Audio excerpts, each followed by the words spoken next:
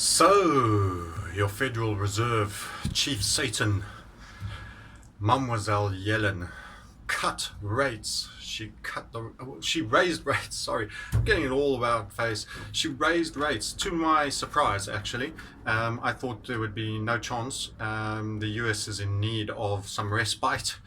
The dollar's been weak for a long time now after Mr. Trump bullied Mademoiselle Merkel into not getting such an export advantage for Germany at the expense of nations such as the United States.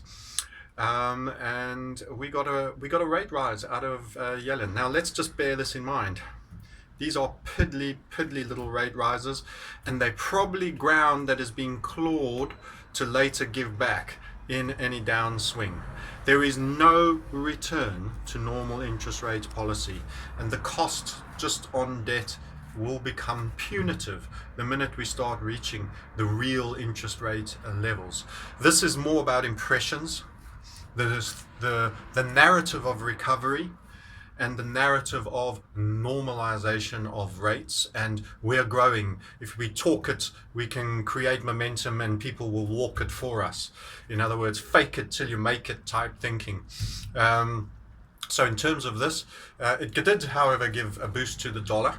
It caught me by surprise in terms of my opinion. I thought, most times continuation is the game, and they always feign to rise and then let you down.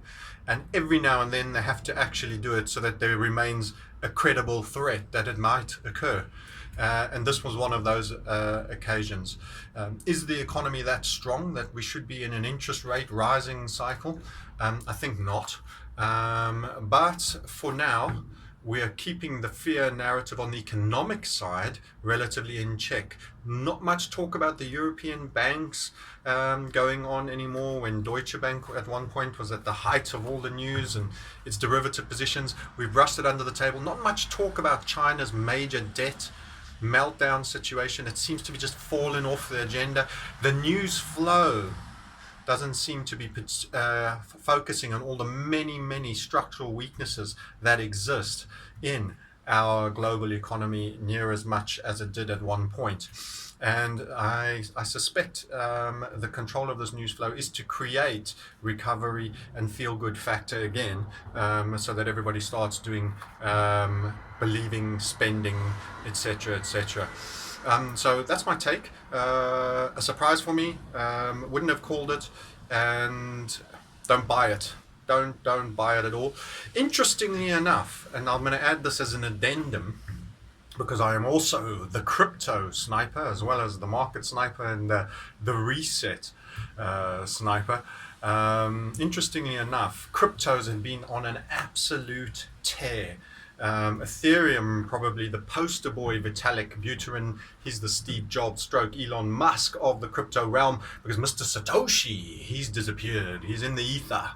So Vitalik is the face of crypto, and Ethereum has been the glory boy, the absolute ripper. But Bitcoin has done very well too, and the crypto categories were doing very well. And interestingly enough, was getting deemed way ahead of themselves, becoming a little bit too hot. And this rate rise, while I don't believe it was the rate rise 100% of its own, has put heat back into fiat currency. And we're having double-digit losses on cryptos over the last 24-hour period on Bitcoin, Ethereum, in fact the top 25, all of that. So some steam taken out of the crypto realm, and it all coincided with a very powerful run, and the tipping point seems to also be Yellen. It's more just a case, that's the reason, it's the excuse for taking some money off the table, possibly. Do I think that's it? Not at all. This is a game where we're going to have continual run-ups, and continual let-outs of the froth, and the game is to stay in the game in the crypto space. So for all my followers on the crypto space, stand to. If you're slightly more active, it was a good time to be in Tether and a little bit out of the really big movers, just so that you don't have to have the emotions of, or the risk of, possible 30% sell-offs. I don't feel on probability that that's that kind of a one, but it could turn out to be, and I can be inaccurate on that. So let's see what the next couple of days brings. We need a bit of basing out, a bit of lower volatility at these levels, and a bit of rounded bottoms technically. That'll start indicating that we're done. If we continue to have high volatility and spikes and new lows, that could be more to come. So let's see how this plays out. With that, I love you and leave you, and thanks for the follow. By the way, if you are a crypto person, we started today our live crypto trading room. It's going awesome. There's a couple of bonus items I gave the guys as well. A little surprise gift, apart from being a little late, so my apologies to them for that. But we're going into our afternoon session now.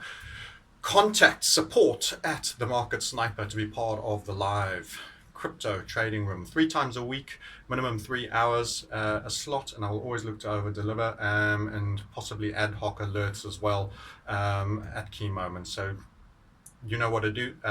Support at the Market Sniper if you're interested in becoming involved. Speak to you all soon, and enjoy the week ahead and the good sunny weather here in the UK.